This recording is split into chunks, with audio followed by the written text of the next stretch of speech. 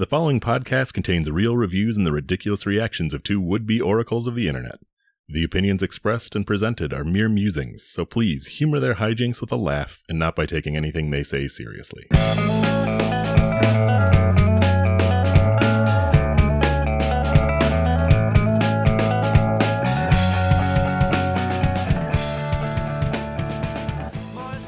Hello, everybody. Welcome to ReviewParty.com. I am Matt, and this week I'm joined by a special guest. Please introduce yourself. It's me, Brent, but with bad mic quality. From his car, from the other side of the country, notably the wrong side of the country line that he wants to be on. Yes, I'm calling from sunny Portland, Oregon. It's beautiful here. I've had a great time, but I am uniquely miserable right now. I've talked to a lawyer, and I legally can't say too much about my situation. Oh, my goodness. But I did try to cross the Canadian land border to be with my wife. I was not given a visitor's visa. Even though all Americans with a passport have a claim to one in Canada, extenuating circumstances made them believe that I should not have one. So that makes it sound much terribler than it is. I assure you, it's all bureaucracy and red tape and nothing insane. But once this situation's all over, I'll truly soapbox about it as I'm known to do. For now, I am so happy and so in Portland and not mad at all. I can't be with my wife like I planned. Well, we're just trying to brighten your day, my day, everyone's day out there. So hopefully you can all bear with us on this unique situation, because we're here, the only podcast in the United States of America and Canada, I've been told, that reviews internet reviews. What are you talking about, Matt? I don't know. We go to like Google, Yelp, Amazon, Kohl's.com, Kmart.com, and we find reviews and we poke fun at them. We use them as springboards to our insightful comedic banter, one might say, right? Did I miss anything? We love Kohl's.com. Yeah. Love Kmart. My underwear is lined with Kohl's Cash. Exactly. No, I think that about covers it. We're the Internet Review Podcast, and we make some funny sometimes. Usually I'm in a nice recording studio, but we covered that. Yeah. But hopefully next week I'll be, somewhere stable at the very least. I don't know about Canada, but we're trying to figure it out here, folks. So bear with us. Let's have some fun, and let's get to some reviews, huh? This is the first one I found. It is from Amazon. Wedge sandals for women, espadrilles. Some are women's shoes. They're shoes. They're sandals. They're thingies. And let me see. Mariah, Montana. They got something to say here. Mariah, Montana titles their review, "So cute, but these shoes are so cute, but they are just a bit too high of a heel for me, even though this is a healthy size platform under the ball part of the foot. I can tell from the picture that the beige tan ones have a slightly shorter platform and heel, and they should have been the ones I ordered, because the shoes are surprisingly comfy for their height. I can tell that I look mildly uncomfortable walking in them simply due to the heels fits true to size. Oh, and you can't really tell in the photos, but the strap across the ankle is nude tan color, unlike all the other colors of the straps are white. Overall, the shoes are great quality, beautiful, comfy, and good value. 4 stars. Okay. The thing that stands out the most to me is I can tell I look uncomfortable when I'm wearing these. Right. I mean, where's the chicken and the egg of perception? I wish I knew where this reviewer lived. Like if they were in a city where there's all sorts of reflective glass buildings and they're just constantly catching themselves walking by. Ooh. Usually they think, ooh, I look good. Wow, look at those sandal shoes. But now they're like, I look miserable in these skilled, good-looking sandal shoes. Yeah, maybe they commute through a sort of funhouse mirror situation. Oh man. You do hear about those like office complexes that are like heavily themed. I think there is one in Wisconsin Oh, actually. Is like, oh, this is the quote wizarding area of the office, and it's just like a big playhouse, but also people do tech work there. can we all just like divvy up the bonus, the amount of money that interior design took, and just like give it to your employees? Yeah, yeah. You can like give us a lounge if you want, but you don't need an entire complex of an Alice in Wonderland shrinking room or Right. something like that. I'm not at Disney World and I'm not 8 years old. Like, it's just not gonna hit me that hard, I think. I guess the other thing, if you think you look ugly, you're gonna look ugly, right? If you think you look uncomfortable. Yeah, that's a self-fulfilling prophecy for sure. Yeah. I'm pretty sure I look like a sad sack of trash in these. Going up to everyone Pardon in the office, don't I look so uncomfortable? Yeah, your words have power over other people's perception. I was at karaoke last night. A guy was like, "Ugh," after he finished a song. Don't do even if you are bad, don't oof yourself after you finish, bro. No, it's not all about the doing, I don't know, not unbiasedly, and objectively. It's just about self-expression. Yeah, it's self-expression. It's not about objectively good or bad. It's about having fun. It's not about if there's a nude strap when the rest of them are white. It's just about having fun with your sandal shoes. Right, there are no sandal scouts in the audience looking for feet models. You're just wearing shoes. I do think I can understand the nude backstrap, though. It gives sort of a Grecian, sort of a Greek feel. I don't want them to know that these are held on by the back. I want there to be nothing but air and swagger holding on these shoes. Oh yeah, that sturdy swagger. It's the lack of swag that's just gonna mess them up, I feel like. 'Cause that's where you get self-conscious. Yeah, if you're not swagging around, you're just thinking you're looking uncomfortable. I mean, and if you're uncomfortable or not, you can't hide it. If your toesies is crunched, they crunched. Yeah, don't lie to yourself. No, these fit so good. I should have got the tan color. It was bigger, but these are so good. Okay, do you have a review for me? Yeah, I got a pair of reviews. I got some dueling reviews on this product from Amazon. It is the Vacation Classic Whip SPF 30 and air freshener bundle. Whoa. Hydrating lighter than air. It's vegan, 4-ounce. This, maybe you've seen it. Looks like a can of whipped cream, but it's sunscreen. Oh, yes. Yeah. Yeah. I've seen it. I'm like, do I really I saw the price and I can firmly say I don't want this if that's what it's going to cost me. But don't take my penny pinching words for it. Let's hear first from Amazon reviewer Pro, who titles their review, "The smell is so relaxing and it's fun to use." Verified purchase, by the way. Pro writes, "I never could remember to put on sunscreen every day until this product. It does sting your eyeballs and taste sour if you get it on your lips. But it's a meditating smell for me. I love smells, but I'm not a cologne person, so this is great. 5 stars." I just picture, I don't know, I don't even want to call it a meme. It's just like a genre of meme, like kid with too much whipped cream or shaving cream on his face, making funny face. Uh-huh. If there's so much going in their eyes and mouth. Yeah, like I know there are some sunscreens where I know it'll sting my eyes if I sweat. It'll drip into my eyes eventually. But you're getting it in your in your eyes and your mouth.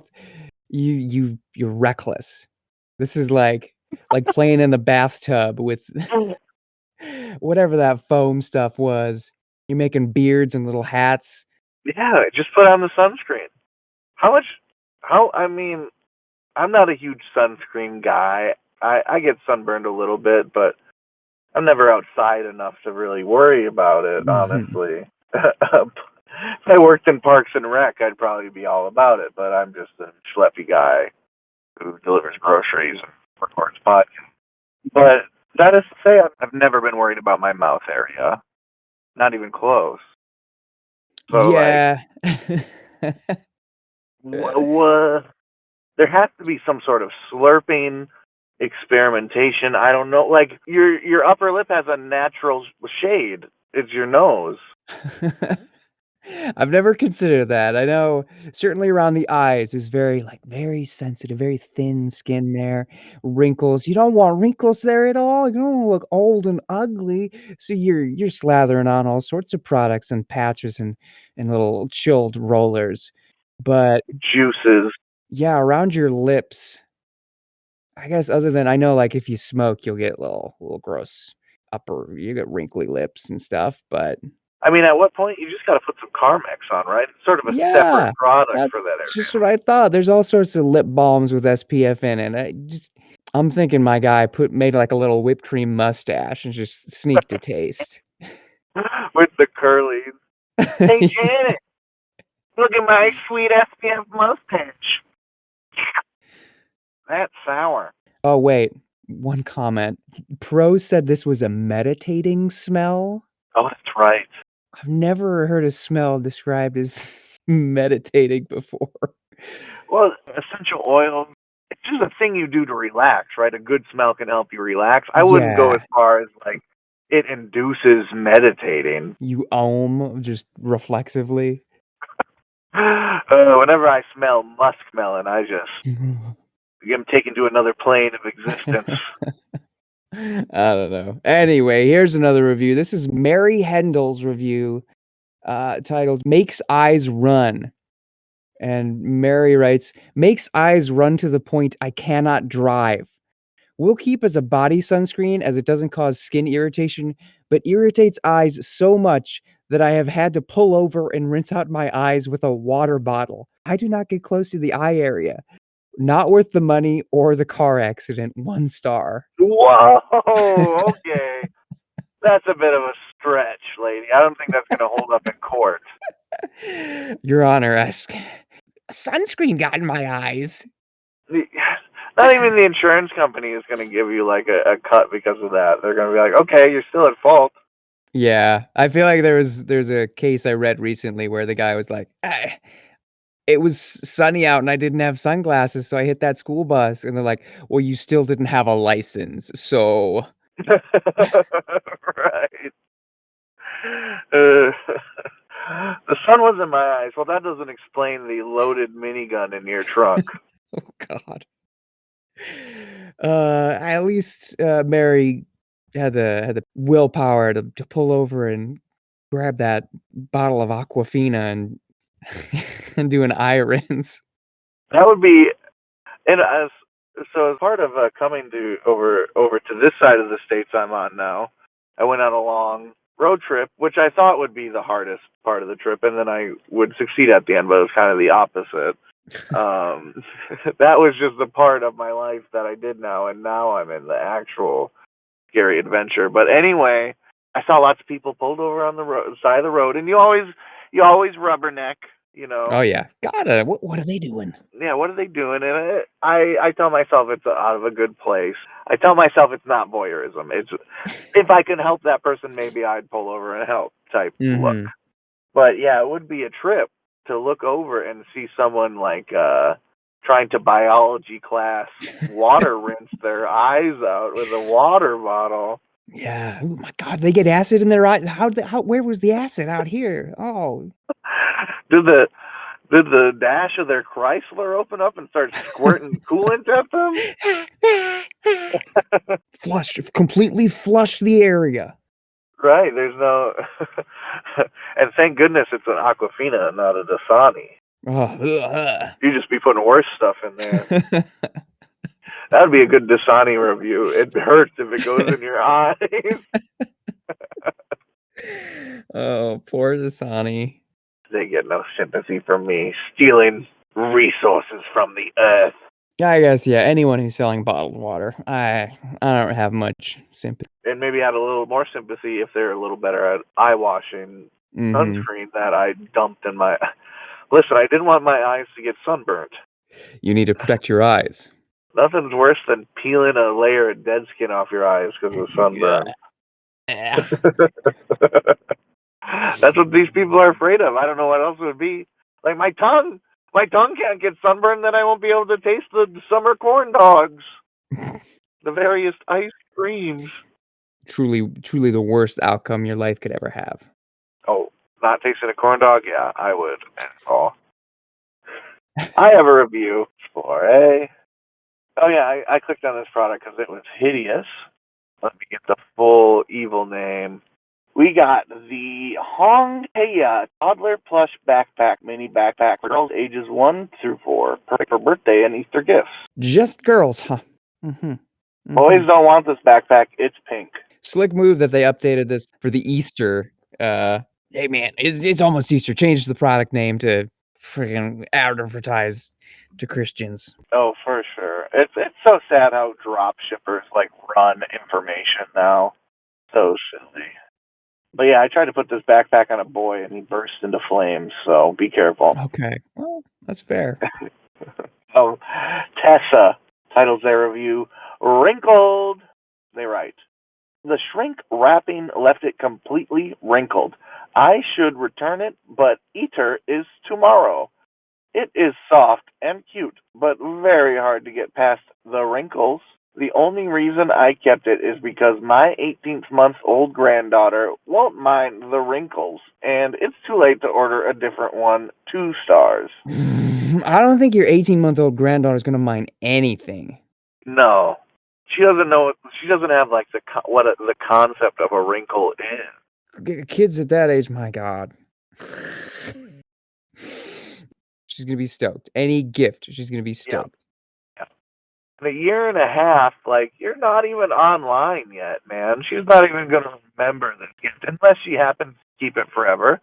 In which case, good gift. She really likes it. The wrinkles will, no doubt, work themselves out. Right. If this thing is love, they will not last long. Or like, it's a backpack. You probably maybe can't throw it in the washer, but put it in the dryer with some blankets so it doesn't totally rattle around. And I bet that could release some of the funk that's going on. Right. This is such a solvable problem. Put the bunny stuffed animal in a pillowcase. Put it on delicate in the dryer. Bada bing, bada boom. Fresh smelling, unwrinkled toy. And they blame the younger generations for the instant gratification. I think the older generations have been doubly poisoned. Yeah, grandma wants something. Oh, it's the night before Easter. I thought Amazon could solve all my problems. No, that's the opposite place you go for Amazon. When it's the night before, you just go to the store. You can hold it in your hand. This does not have wrinkles. Yeah. If it's the night before Easter, guaranteed Walgreens already is like working on the next holiday and they're trying to get that Easter stuff. Like it's halfway to the trash can already. Hopefully sale price is going up tomorrow. Oh, come on. I'm a grandma. Cut me some slack. I'm a freaking grandma. She's 18 months old. She'll remember this forever. I think there's a bit of self-consciousness going on here. Like, who's so worried about these wrinkles, huh? So worried. Again, I don't think the 18-month-old is going to be worried. Maybe you're worried that your children and child-in-law will be like, really? You bought a wrinkled gift for our little angel? What, were you looking in the mirror while surfing Amazon, you hag? You haggard old broad, out of her life forever. I mean, that is a great Disney, like, villain origin story. Oh, yeah, I'd watch that movie for sure. If it was Toy Story, I was the wrinkled bunny rabbit. I was unwanted. Well, I think we're going to take ourselves a break. Yeah. Maybe de-wrinkle a little bit here because it is so unsightly. Ugh. Oh, yeah.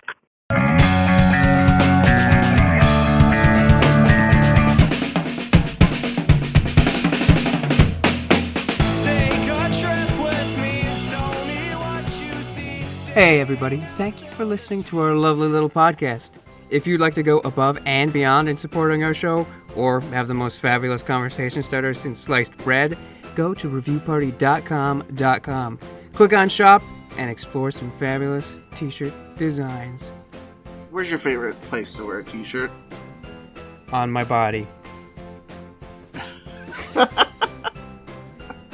Mine is at the store. That is a good place to wear a t-shirt. Reviewparty.com. Click shop. Why stop there? Don't stop now. Don't stop me now, because I'm buying a t-shirt. I'm buying a shirt. Ladies and gentlemen, welcome to Apple Reviews. Hey, I'm in the perfect place to do these. Apple country here. Yeah, there's apples in that country.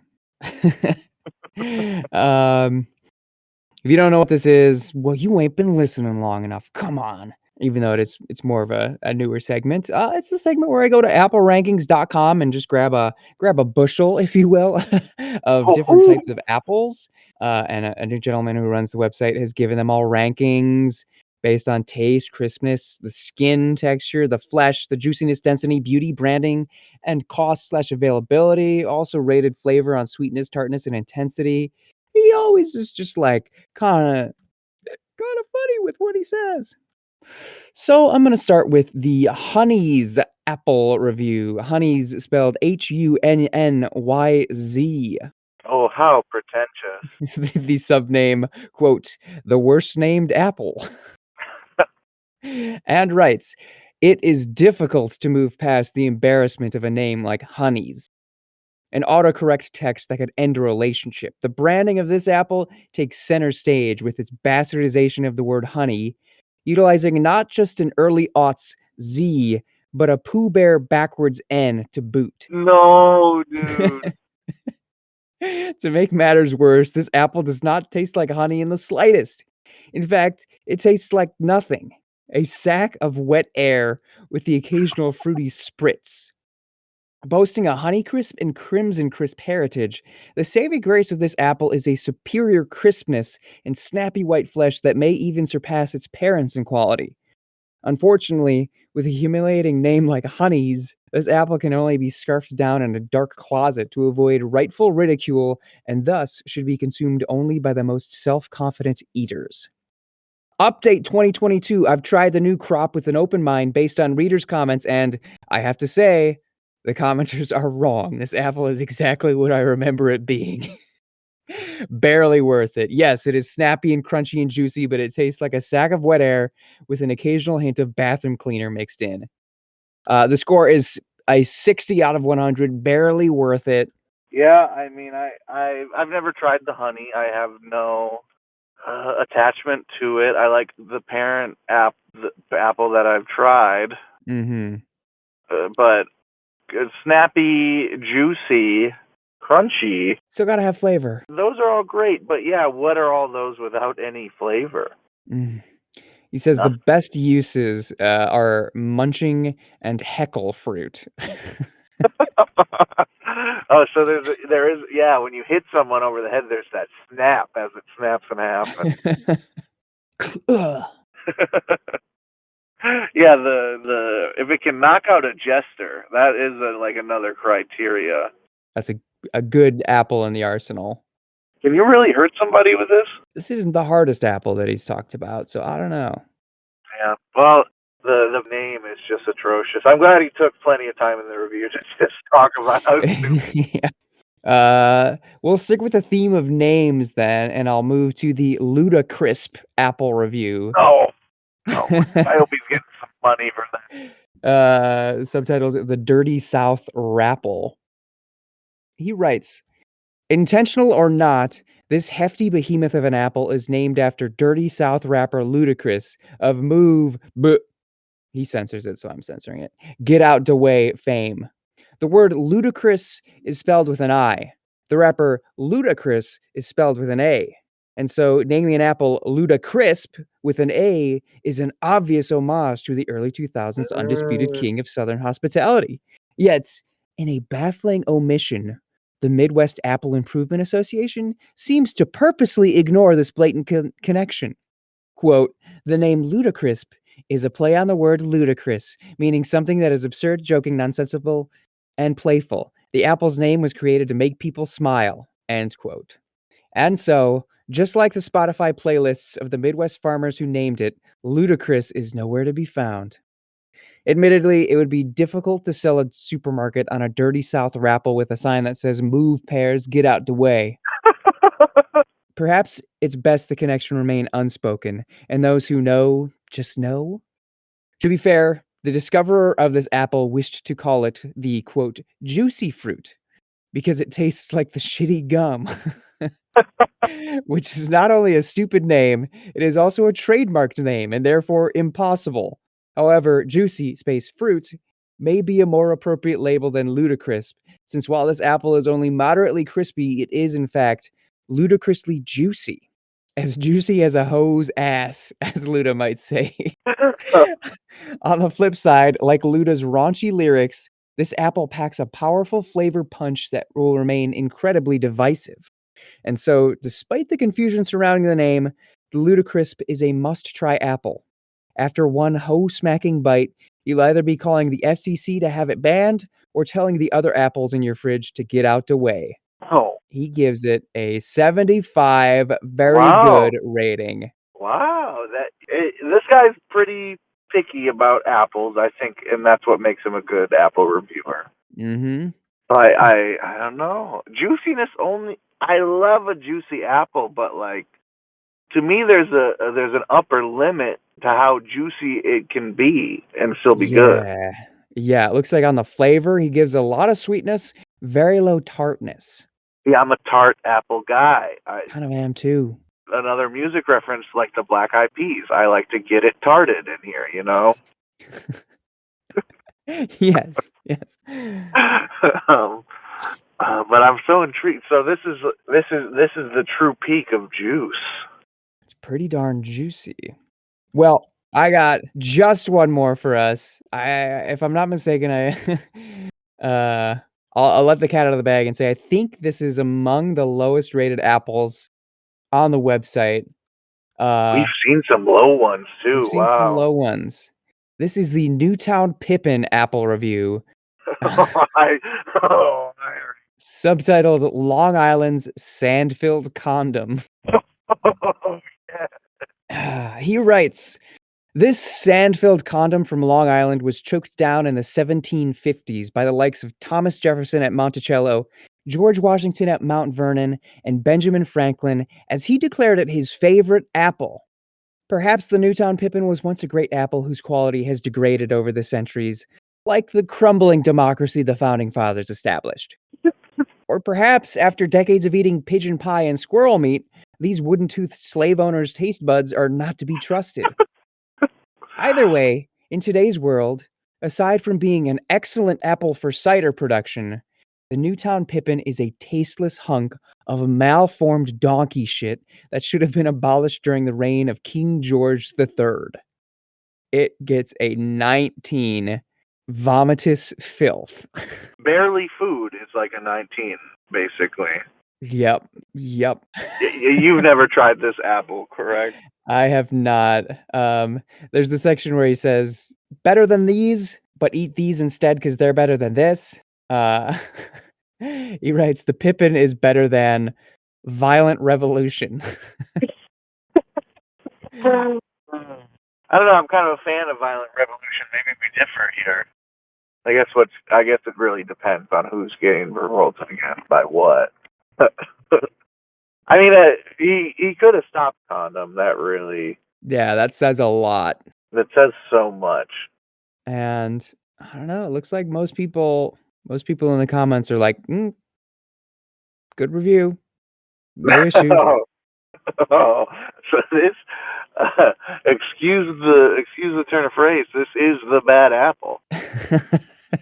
I think it may be. There are some people who say my grandma used it in pies, but she's gone, and so is my means to get the apple. So no way to tell. She's gone, and with it, the use of this dumpster apple. Johnny Appleseed saw some of this, and he was like, "We can't bring that west."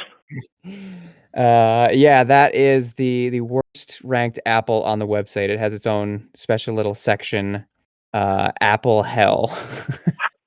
Well, that's On fitting. I'm having the worst week of my life, so me and that apple, we like this. and that's Apple reviews for this week. I mean, it's more of the same, much like this show. It's just good old fashioned. You know what you're getting. He's gonna talk some shit about some apples.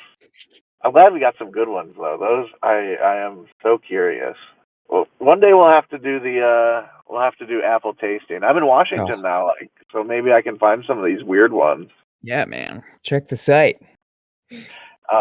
Humor me. I'm gonna read from IMDb for Cowboy Bebop. Cowboy Bebop is an anime. Let me check the year exactly. It's probably different when we got it and when they got it. I've been kind of itching for a rewatch lately. I literally have as well because I keep thinking about it and I keep thinking, I think that's my favorite anime. Yeah. Like, not that I've watched anywhere near as much as you of anime in general, but yeah, it's just so evocative. It premiered in the United States September 2nd, 2001, right before a great big day. I use great ironically there, please, everyone. Let's be clear. But yeah, as Matt and I said, we're quite fond. I think anyone of our generation, we were right at the target audience, right? Like turning of age when Adult Swim and Toonami were like really becoming a thing, and they had this on. So yeah, we're a sucker for this shit. But don't take it from me. I have 2 reviews. The first, nothing was more painful than reading the negative reviews for this to the point where I couldn't even bring it on to argue with. So needless to say, I got a good one first. This is from Unholy Prophet. They wrote this one in 2021. They write, profound and complex themes disguised as pulp science fiction action. Anime at its best. Complex themes developed through correct pacing, comedy, and action mixed. There is no episode laid to waste, no story that doesn't have an impact on the development on at least one of the main characters. Even on the most lighthearted episodes, there's always a faint hint of heart-crushing story arc beneath the laughs. The future depicted here is dirty, dusty, and it feels real. The soundtrack has some of the best jazz tracks ever written for a series. Even the full-length movie is a must-watch. If you want to get your feet wet in the world of anime, there is no better science fiction / pulp fiction than Cowboy Bebop. 10 out of 10. Yeah, I was getting chills just during that. Yeah, it was pretty concise, but I feel like that covered all the bases. It's just the best. It's just the best. So instead of agreeing with that one, here's one that made me feel some type of way. Not as much as the ones that were like, why Cowboy Bebop's a 5? No. But take it from, it's like Celestial, but they kind of moved the words around. Okay. Greatest anime of all time, ? Oh boy. I've heard Cowboy Bebop called, quote, the greatest anime of all time, quote, by the generation before me about every time it's mentioned. I do believe it's great and recommend it to everyone interested in anime. However, Bebop isn't the best anime out there anymore. Not that I know what is. It is, however, what shaped the best animes to date, what with an outstanding dub and animation style. And I couldn't help but be a little disappointed. There are only 5 episodes I absolutely love. The rest of the episodes being filler. Oh, I shouldn't say filler. Thank you. Or like just enough dialogue to remind you that they tie together in some way or another. Bebop's well written. Not, quote, the greatest anime of all time. I think we should now be calling it the greatest anime of all time. 8 out of 10 stars. Okay, that was a ride. Yeah. It's a lot. They say a lot. They make a lot of claims and they backtrack on a lot of claims. Yeah. Feels like you raised your hand in class and you didn't really know what you were going to say and you just started, like, you wanted to say something to... It is giving those, like, 5th grade book reports that you've been bringing lately where the teachers just have their kids review it. Yeah, yeah, that's true.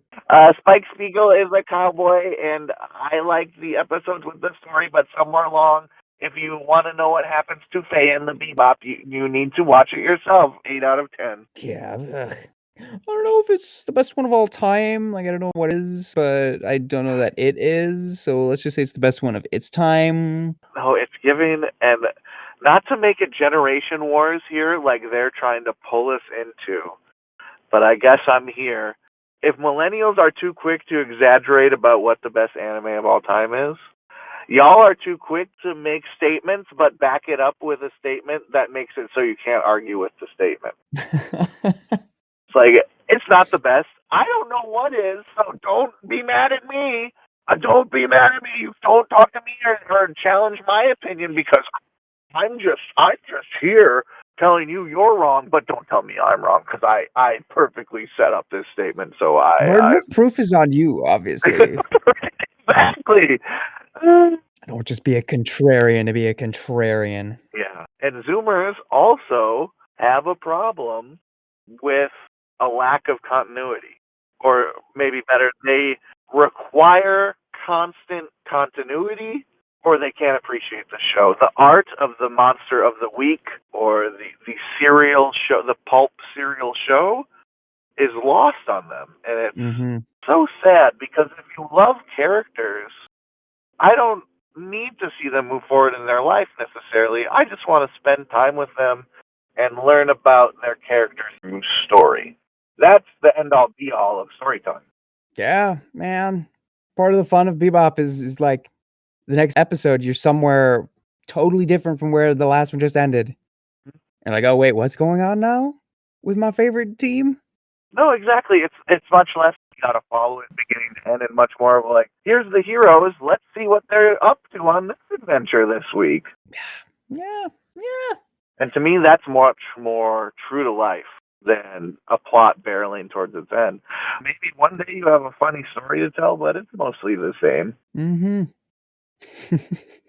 Well, do we want to poetically end it there?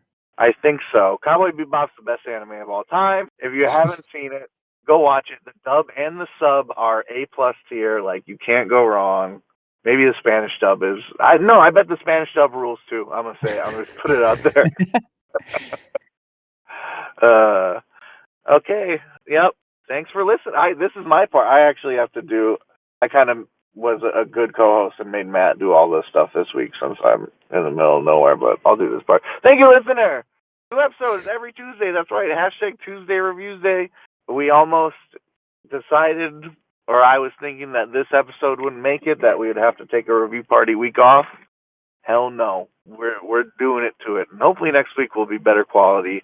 Back to normal. Me somewhere safe with my desktop making wax poetics. But hey, if you'd like to submit some reviews for us to use over, please send an email with a hyperlink to reviewparty.com@gmail.com and include names. If you want to reach out to us in some other way, shape, and form, at reviewparty.com on Instagram and TikTok, at reviewpartypod on Twitter/X. We've got Review Party content on Letterboxd and YouTube as well. And we've got our website, reviewparty.com, where there's the blog, where there's multiple listening platforms, where there's the shop, where there's just a whole lot of enjoyable stuff. Please go there, and maybe you'll find some stuff about our friends in the band Nosebleeds. Hey, Nosebleeds, that's right. They're very good. They make lots of good music. Oh, Corona! Stuff like that. But Bread for Breakfast is what you've heard throughout the episode. They got more jams if you want to check them out. Spotify is a great place to do it. Just search Nosebleeds, one word. Follow, subscribe, favorite wherever you listen. Review us on iTunes, Podchaser, Spotify. You know the drill. Matt has a newsletter. You can find that on the Blue website too. Yeah, thanks for hanging out. I hope it was a great episode. I hope you had a good time, despite the quality drop. I've got a review to finish us off here. This is a Google review for The Comedy Project, which is a comedy club. And it just has the most brutal takedown I've ever heard. Skylar writes, The comedy sketch was the same vibe as a minion / band kid humor. Although if you like that sort of humor, then this place is for you. For me, it was hard to sit through. 1 star. That's brutal. Response from owner says we've never been described as a minion before, so we'll take that to the bank.